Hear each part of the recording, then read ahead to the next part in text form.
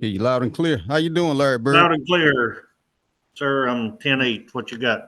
You look like Larry Bird, man. I'm 10-22. It's like Larry Bird. Yeah, yeah. Well, Huh? I wish I had his money I know that's right. since we talked. But it's been what? How long has it been? Let's see. When did you? Let's see. I think around 1996. So No. the last time I physically saw you, though, Where? at Pope, No. I come there. Yes, I come there. I told you that day that that aircraft incident happened. Did That I you see was you? in the dispatch office. Staff Man, Sergeant David Parris was standing in front of you, you know what day?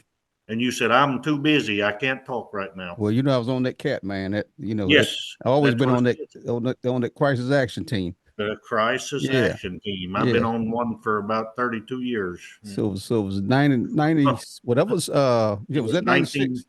1996. Yes, Okay. sir. Yeah. I Yeah, was there. I think I told you in the first meeting that we had like 3 or 4 tractor trailer loads ISU 90s for hmm the Army because Okay. I was in special ops at Herbert Field. Right. So Okay. we were hauling special ops equipment Mm, from Herbert Field to Pope, and that Okay. C-130 that was sitting there on the side was where we unloaded that cargo 20 minutes before that accident happened. Well, you lucky you got out of there in time then. We got out of there 20 minutes, and we were leaving the base, and we saw the big fireball When up in the sky, and we turned around and we was going to go back, and they said no, when let you get in. out. They said no Yeah. entry. They closed the main gate, Yeah. and only emergency response personnel was Right. allowed. So we drove down to Atlanta to hotel for the night, Mm-hmm. and we got to Atlanta around 3 o'clock that afternoon, and we turned on CNN, and of course it was Yeah. 24/7 recording about that incident Yeah, for man. the F-15 and the C-130 crashed into Yep. each other, and Yeah, then man. then slid over there to that 141. Right. Right. Yes, sir. I was there. I was Yeah. there that day. Yeah. That was pretty rough, man. That was a long day for a lot of people. Yes, Yeah. Yep. Yep. On and on on, on many, top of many days after that, a oh lot yeah. of Yeah. talking and meetings. Yep. Yeah. And like I say, you Dave, let me see. Now, you from tell me this. Yes, sir. When you first came in, Hmm. you was assigned at Dover Air Force Base, right? Was that straight out of basic Well, training? let me give you the quick version. Yeah, When give I me that. joined in 1985, I joined as a security forces specialist. That's security forces squadron. That's what they call Okay. it. Or security police, excuse me, security police squadron. That's what they called it.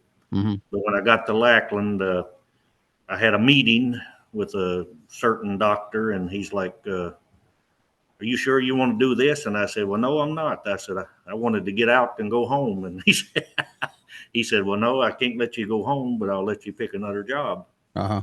So for some reason, I picked personnel specialist, Mm-hmm. and I went to Keesler, Mississippi in November after I graduated basic training. And then they started the training to be a personnel specialist. Mm-hmm. I got to and this was in 1986 or 85, remember? Okay. So they said, well, we need you to type Mm-hmm. 40 words a minute. Mm-hmm. And I couldn't type 40 words a minute. Mm-hmm. So I washed out, as they used to say, washed out of that tech school in Keesler, and they put me on casual status. Oh man, I know about that now. And I was on casual status for 2 weeks. And then they said, I went and told them, I said, well, somebody better find me a job or I'm going home. Mm-hmm. Mm-hmm. So they said, well, where do you want to go as far as a station? And I said, well, I got family in Delaware, so I'm going to go to Dover, Delaware. Mm-hmm. So about 2 hours later, they said, well, you're going to be a motor vehicle operator / dispatcher, and Mm-hmm. you're leaving this afternoon at 4 o'clock for Dover, Delaware. Who you having and who was your family in Dover? Oh, I had family in Wilmington. It wasn't in Okay, that's Dover. It was close. in Yeah, that's Wilmington, right down the street. about 2 hours Oh yeah. north. Yeah. Yeah. Yeah. Yeah, I used to drive up there a couple of times a month. Mm-hmm. I had a sister and brother-in-law that lived in Wilmington, Mm-hmm. and what was that other little Newark? Newark, Delaware. Yeah. Right.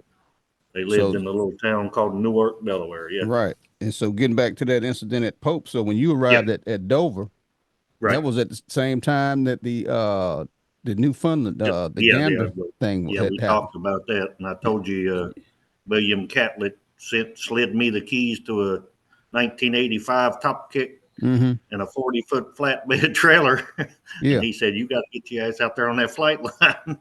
Because Mm-hmm. we had a couple of hundred bodies we had to move to the morgue, and In they didn't cat have.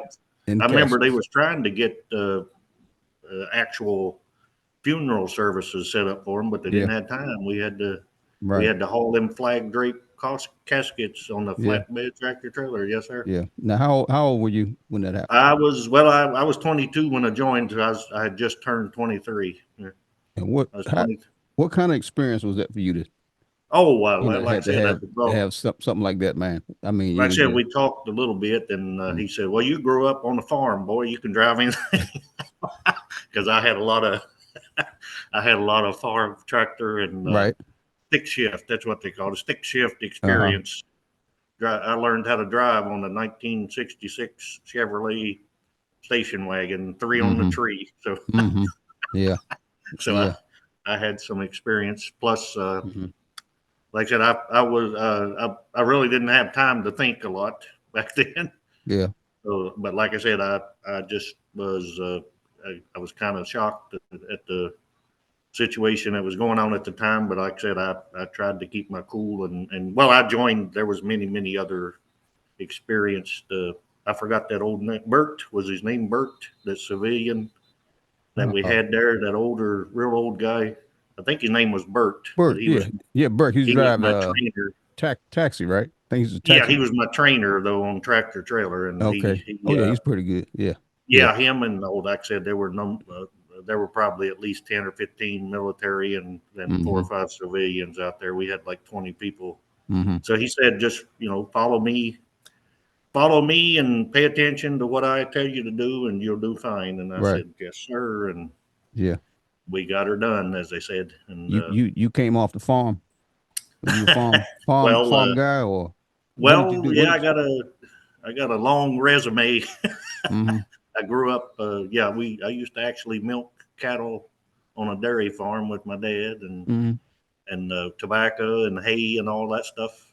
Okay. Oh yeah, I did it for many years, probably at least 13 years of my Mm-hmm. early life, and then I worked with my brother at a gas station for about Uh-huh. 7 years before I joined the Air Force. Is that what drove you to join the Air Force? All that hard work Well, that back in and West Virginia? my icing on the cake, as they say, was I was working in a factory in 1984, Mm-hmm. and minimum wage was $1.10 an hour Good Lord. in 1984, and Wow. that the supervisor that was supervising me at that factory was a 29-year Army sergeant major veteran, Mm-hmm. and he was on my butt every day. He said, "Boy, you don't belong here," Mm. and he said, "Don't go in the Army." He said, Okay. "Go in the Air Force." So I Yeah. got that. He said he come by one Friday afternoon in February, and he handed me my check, and Mm-hmm. it was like $78 for Mm-hmm. 2 weeks. Mm-hmm. And he handed it to me like that, and he said, "Is this what you want for your future?" Mm. Yeah. And that was a Friday, and I was 21 years old or 22 years old, still living with my parents. So I said, Mm-hmm. I gotta Yeah. make a move. I gotta do Yeah. something. Yeah. I tried community college for about 3 months, and Uh-huh. I was going to be. They called it political science or something. I tried that Mm-hmm. for about 3 months, and I was like, Mm-hmm. nah, I'm not the college type. So, Right. but that changed when I joined the Air Force because I got Mm-hmm. 4 degrees while I was in. Okay. That's good, man. Well, That's my story with that too is I didn't do it for the Air Force. I didn't do it for my parents. I did it for me. mm-hmm. I Mm-hmm. wanted to prove to me that I could do it. Yeah. Yeah. So I did. Well, that's good, man. That's good. Oh yeah. So Oh yeah. that old army guy, that kicking the butt. Well, yeah, his name was Raymond Williams. I still remember his name. And Uh-huh. I'll give you a little bit more about that. He walked in. I'd been there about 6 months, and he walked in one morning, and he had this big old cup of coffee in his hand, and he was smiling from ear to ear. Mm-hmm. And all those 20, 30-year people had been there were grumbling and like, where did this asshole come from? Because he come in there and took our job. They said he took our job away from us. I'm like, what do you mean?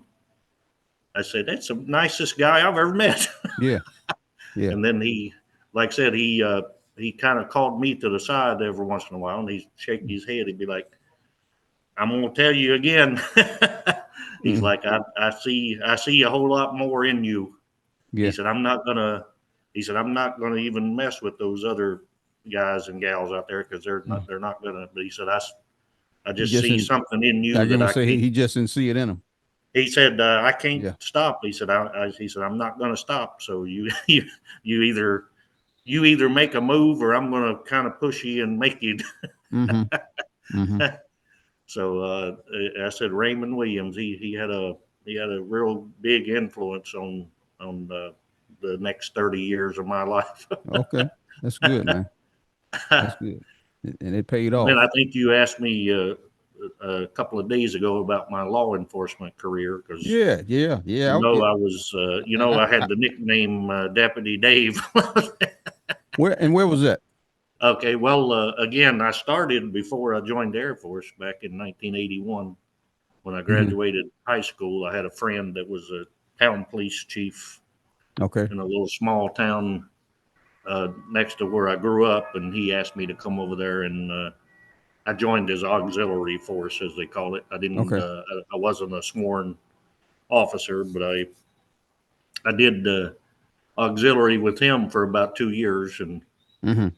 and then he left there. And then once I joined the Air Force, like I said, I'll back up a little bit. I started my Air Force career at Dover, Delaware from Mm-hmm. 1985 till 1988.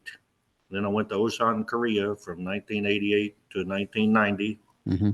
Then I come back to Myrtle Beach Air Force Base, South Carolina from 90 to 93. And then it closed in December or January of 93. Okay. So I went to Herbert Field in January of 93. I stayed there till 98. And while I was there from 95 to 98, I was an auxiliary deputy with the Okaloosa County Sheriff's Office Okay. up there in the Panhandle. That was the extent of my law enforcement career. Mm-hmm. I did that as a volunteer too. It was non-pay. It was Now hold on. Now auxiliary. hold on. Let's see. So when you weren't on Then active duty at that, yes, I done it while I was on active duty. Yes, I didn't know you could do that, man. I was a volunteer. I didn't get any pay. Wink, wink. Mm-hmm. No, Okay. they called it actually backing up to 1985. It was the only active posse. They still called it a posse. We were Mm-hmm. called the Sheriff's Posse, Mm-hmm. and it was the only one in the whole United States that was still called a posse. Is that Back right? in from 1995 to 1998, I have the uniform. It says Okaloosa County Sheriff's Posse Mm. Okay. from the Western days. So let me ask you. So you actually carried a Okay. weapon Yes, in that duty? I was. Now that one I did go to And their academy was only 1 month for auxiliary, mm-hmm. but I went to their academy. Yes, I was certified to carry a firearm. Now and, again, and as an auxiliary, the military knew about it. Knew yes, that. I did it. I They I really actually didn't. gave I me really didn't the think you could do that, man. I mean, because yes. of It's community liability. service. Hmm? Remember the community service though. Mm-hmm. They considered it as a well. Plus, like I said, the stipulation was I was a volunteer. Yeah. I Yeah. wasn't a sworn officer. I wasn't a employed Yeah. officer. It was a community service. They looked at it as a community service. Yeah. And actually, the Unpaid, like you said, wink, yes, wink, right? unpaid, Uh-huh. right. Uh-huh. Okay. Well, as far as books, Yeah, the I books go, understand. Yeah. well, that and the commander at the at Herbert Field actually gave me the outstanding volunteer service medal Really? for that service. Yes, Okay. and that was in 1998. Then from there, I went to Now, hold on. the Netherlands. I want to talk about that a little bit Okay, go ahead. because I have some questions. Okay, Now how long did you do that again? I'd started in 95 and went to 98, so 3 years 3 years. You worked in law Mhm. enforcement. Okay. as a That's why. auxiliary officer. And I'm wearing a hat in honor, Yes, sir. first responders. Okay. Yes. Just Mhm. for you tonight. Okay. Well, Now, thank you. now my question is, now did you, thank you, did you, so you did patrol, did, Yes. like, say like, Well, you know, actually, we were special events officers, like for parades and concerts. Like if they had a public concert, like at one point they had like a rock band that come down there on the beach, and they yeah, wanted to do a concert on. So we were the security okay, for that concert, and then they had like seafood festivals and mm-hmm, annual festivals. We would do security at okay, quote unquote no charge. okay.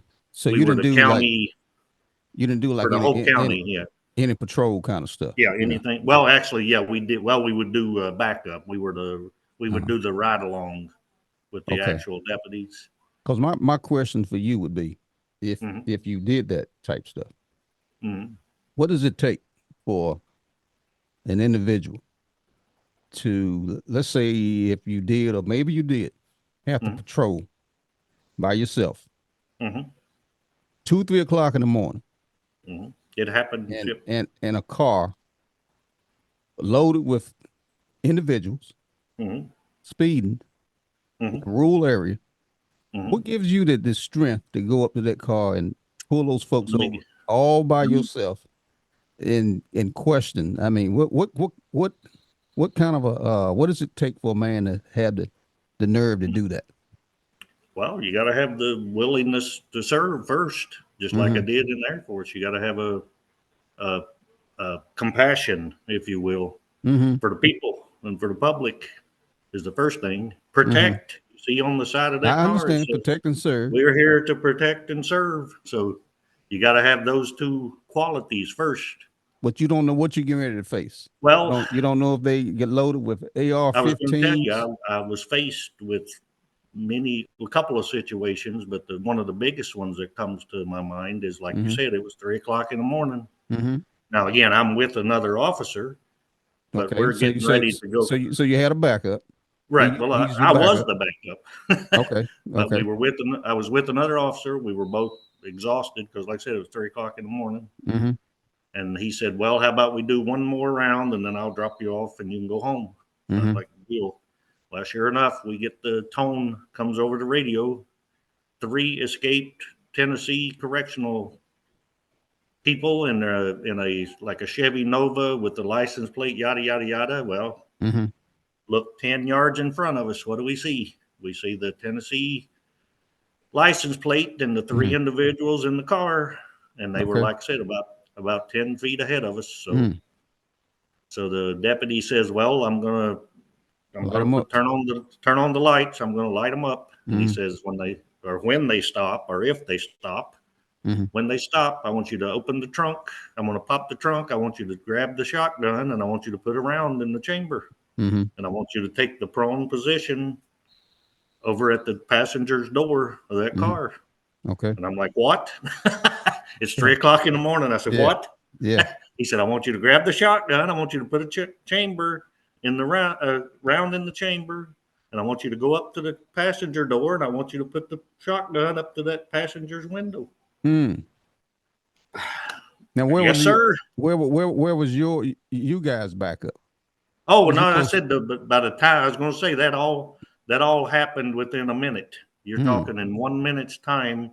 We got the call, but by the time we had got the car stopped, and by the time I had grabbed the shotgun and I Mm. had already went up to the car, there was about 15 other deputies and Okay. state police that Okay. had surrounded the car. But you, But again, like I said, my pucker factor was a 10 at that time right. because we didn't know if they had any weapons, didn't know anything about them. Right. So, but again, also, like I said, by the time within one moment of time, there was at least 15 other state police and county police that Mm-hmm. had already responded. But So yeah, now, also had a young man once. They had a known drug district, which was not even a mile outside the back gate of Herbert Field, right? mm-hmm. So we were doing tactical tactical operations. I was on a 4-wheeler ATV with blue lights, Okay. and we were in pitch black. We had our faces painted black. We were in tactical. Well, Right. this young man comes driving down the known drug alley, and he's in a Mercedes Benz car. Mm-hmm. It's got a Colonel Herbert Field blue Colonel sticker Mm-hmm. in the corner of that car. So Mark, the other deputy I was working with, we waited for him to stop at one of these drug houses, Mm. and we swooped in on him. He was 18 years old, and Wow. he was scared to death. But again, after we got him calmed down and and said, Mm-hmm. he's like, please don't kill me, because we had our guns drawn too. Yeah. I had my gun like 2 inches from his head. Yeah. So Mm-hmm. anyway, he calms down, and we start talking. Well, Mark, the deputy, took his license and all that stuff and went back to call it in Mm-hmm. to the dispatcher. Well, me and this guy sitting there talking, and he's like, "Oh man, my dad's gonna kill me. My dad's gonna kill me." I said, "Well, again, I know." And then he didn't know I was active duty military. Mm-hmm. So he's like, well, "How do you know all this stuff?" And then I finally told him. I said, "Well, hey," I said, "I know what that bird means on that car." Yeah. Yeah. And I know. He said, "Oh, you're not going to call my dad, are you?" And I said, "Well, I'm going to have to. I don't have a choice, you know." Yeah. So he took off running. Mm-hmm. I was like, "Oh no!" And I put Mm-hmm. my gun back in the holster, and Yeah. I took off running after him. And here I'm like an old 30-year-old man trying to chase an 18-year-old. Yeah. Well, Yeah. he comes to this wall, and before he like an 8-foot wall, and he was Mm-hmm. about to jump, and I grabbed him by the collar, Mm-hmm. and I took my gun back out, and I stuck it up against his head. Mm.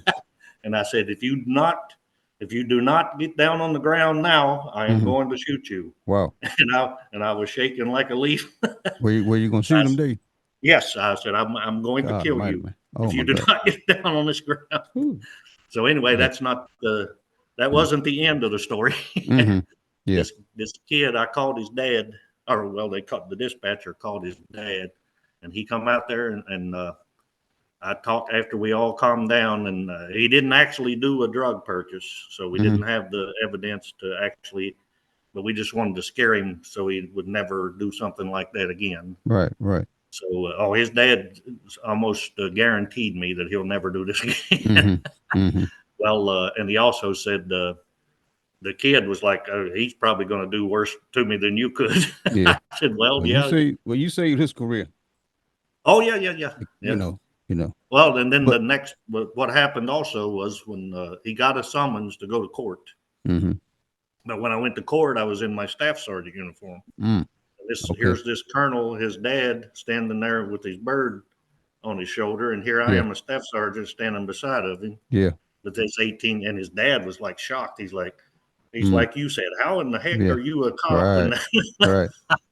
Right. But Right. after the dust settled and after we talked a little bit, he was like, "That's pretty cool." He's like, Yeah. "Yeah, that's great." He said, Mm-hmm. "Well," he said, "Thank you for doing." I said, "Again, sir, I'm here to serve. I want to serve Yeah. the public. I want to help, and I Yeah. love the job. That's Yeah. why I'm doing it." Yeah. They actually asked me to separate from the Air Force and go full time. I was like, "Nah, I can't Is do that it." right? I had right at a little over 10 years in when that Mm-hmm. happened. I said, "Nah, I can't. I got to Mm-hmm. finish my Air Force career." And Yeah. Let me and give, when but let me give you a scenario. okay, So, like I said, you working in that capacity yes, again by yourself. You don't say you're on yes, patrol by yourself, mm-hmm. and you out 10 miles out. Your closest Back up. backup. Yeah. Mm-hmm. I mean, you're in the middle of nowhere, Mm-hmm. and you just sitting on the side of the road patrolling or whatever, Mm-hmm. and that's Yep, you see that car run by 90 miles an hour, yep, and you see it's it about happens. four heads in there. Yep, You gonna run them down? yes. I guess that's why I never. Cause I'm gonna tell you, man. Hey, look, me. I, I I did it. Yeah, it happens. can't see it, man. Let me give you another one. That's one that's gonna get away, Dave. Let me At give you 3 o'clock another in the one. morning, he gonna get away, man. Let me give you another one. Mm-hmm. Eglin, Eglin and Herbert Field is Oh yeah. about 5 miles apart. Well, that Mm-hmm. back road, that back road between Eglin and Herbert, right? Mm-hmm. I'm sitting there And I was by myself that time. Mm-hmm. And I'm sitting there, and the Eglin wing commander's wife comes down that 45-mile-an-hour road at 90 miles an hour. Mm-hmm. I got behind her, and I turned the lights on, But and you she knew it. stopped. But you knew it was a woman. But I Yeah. mean, Well, no. That wasn't the point. The point was she stopped, but I had to wait. I had to wait for the officer to come. So she gets out of the car, Mm-hmm. and I get on the PA system, and I say, "Ma'am, get back in the car." Mm-hmm. And she's like, "No." I said, "Well, you do it now." So I got out of the car, and I drawed my weapon, and I Mm-hmm. pointed my gun at her, and I said, "Get back in the car now." "Oh, you don't know who I am. Your job is over. Mm-hmm. You're done, buddy."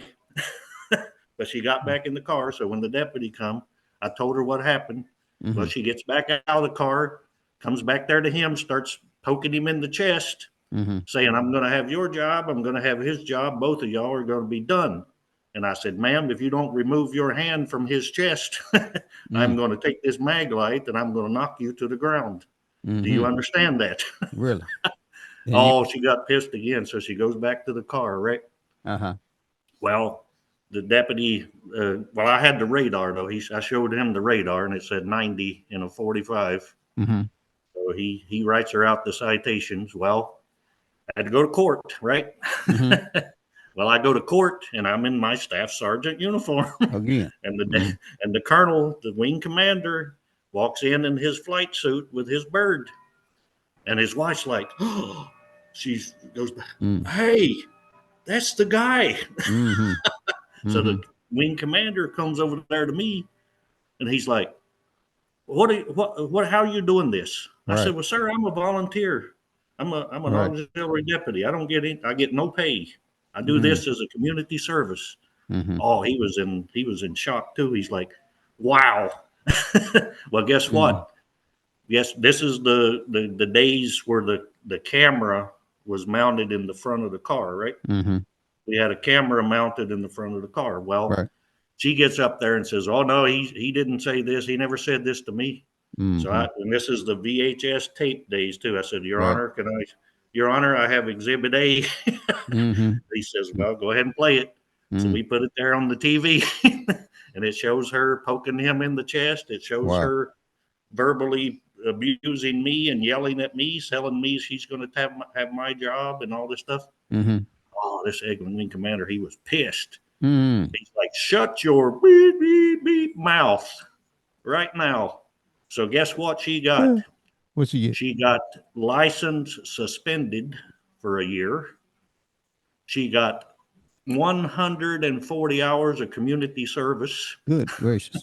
She had to stand out there on Highway 98 in an orange jumpsuit and pick up trash as the Eglin wing commander's wife. Oh my God, man. Guess what? The judge said, What's that? "Hey," he said, "Mr. Parris," he said, "do you have a couple of Saturdays free?" I said, "Yes, sir, Your Honor. How can I help you?" He said, "Would you mind escorting her out there on Highway 98 while she picks up trash?" Oh my God, man. Oh, I said, "Sir, it would be my honor." Now, So I and would go down to the police station and sign out a car on Saturday morning, and she would be waiting down there, and I'd have to drive her out there and sit with the lights on in that car while she picked up trash. you didn't have no remorse, man. What's that? You didn't feel sorry for her? None. I had Wow. none. So how long did it take for them to get you off of that base? I know that kind of Well, helped them getting you back at reassigned. Harvard. Yeah, getting you Oh yeah, I reassigned left, somewhere else. and well, I got a special duty to Mm-hmm. Brunsum, Netherlands. Mm, NATO. It was a NATO position, really, and yes, man. it took me 5 years. Man, you've been all over the place. I'm serious, Oh, man. dude, that ain't even the half of it. Huh? I said I stayed there 2 years, and we went to the Czech Republic when it joined NATO Mm-hmm. back in '99. Mm-hmm. We went all over the Eastern Europe, all over to Switzerland, Sweden, Norway. Yeah, Mm. I'd loved it. Well, I had a 4-year assignment, and they cut us after 2 years. Mm-hmm. So then they said, "Well, you want to go back to the States or you want to stay in Europe?" I said, "I want to stay in Europe." So they Mm-hmm. sent me to Lakenheath, England. Mm. So I went up to England, and this was in August of 2000. and things were going great until 9/11 happened, and then the Mhm. whole world, our Right. world changed, and the whole world Yeah. changed Yeah. forever. What did you end up going doing 9/11? Oh, I What was did you like get? I said, I was at Lake and Heath, England, and we were in the middle of chem warfare training when it actually Mhm. happened because it was 1 o'clock in the afternoon. I mean, you didn't get shipped out doing the war? No, I didn't do No. any. I was already in a hot spot, I guess they called it, because we Yeah. had actually we had a couple of Well, you were. I mean, hostages. wait a minute. Now, you were where then when I was at 9/11? Lake and Heath, England. Okay, you was in England. Yeah, I was Okay. already in Uh-huh. a well, I guess they called it a hot spot or whatever because they had a Okay. lot of terrorist threats in London, Mm-hmm. and a lot of terrorist threats in the bases around over there in England. Okay. So I was already in a hot spot, so I didn't have to deploy anywhere. Mm-hmm. Plus, I did 5 tours in that desert anyway. So Mm. Yeah. yeah, I What did did five separate what you did five five separate tours. tours where? Where I in went to Desert Shield in '91 mm-hmm. from Myrtle Beach, and I Mm-hmm. went How to long were you there? How long were you at? 6 months Okay. in Al Dhafra or Mm-hmm. Daharan. I'm sorry, Mm-hmm. the Kobar Towers. I Were was you there. running convoy? Oh no, I was regular Oh, transportation. But okay. the Okay. what do you call it? This was Desert Shield, the first one, 1990. Okay. And then I went back to Saudi Arabia again in '97. Mm-hmm. Just that's when that Kobar Towers bombing happened. I went to Yeah. we were in Al Qarj though. We was in Al Qarj, Saudi Arabia, and we had to work at night. We Okay. had to drive up to Kobar Towers at night and Mm-hmm. empty that compound out at night. Okay. Yep. And then I was in the United Arab Emirates twice, Mm-hmm. 2 different times for Iraqi freedom Mm-hmm. and enduring freedom. And then I was in Qatar, the Doha, what's Mm-hmm. a base in Qatar. I was there, like I said, 5 different tours Okay. I did over there in the desert. Yep. So you didn't run no convoy while you was there? No, I didn't have Yeah. to do convoy. Like I said, Mm. when I got to Lake and Heath, they'd already sent the You, you in logistics the whole time? yep, Your yep. whole career? I stayed the Okay. 603 2T1. Yes, sir. Okay. The No whole convoy. career. I'm Nope, surprised I you never didn't. will. Mm. Well, no, I like I said, when I got to England, they'd already sent enough people that they Mm-hmm. had. And then by the time the rotation came back around, I was already gone. Okay. And then when I got to Kansas, I was the master sergeant, the only senior NCO that they had. So Mm-hmm. I couldn't go then. So Mm-hmm. plus, like I said, I argued I'd already gone 5 times. I said, man, I ain't volunteering, but if you Mm-hmm. tell me, I'll go. But I said, I've already been 5 times, Okay. and I'm not going again. Okay. I got you. I got you, man. And look, Dave, Yes, sir. now let me see. We're coming up on I got 2 minutes left on this session, right? Okay. But Dave, Sounds good. I'm glad you came on, man, and talked to me, okay? I said that right there is priceless. I'm loving that smile, man. That Okay, laugh. man. That is priceless right there. Well, I'll talk to you all night long to well, see that. well, thank you, man. So I'm gonna see you. So I'm gonna see you Yes, next sir. week then, okay? Yes, sir. All right, Dave. Salute. Have a good night, Thank you, man. sir. All right. Bye Bye bye. bye.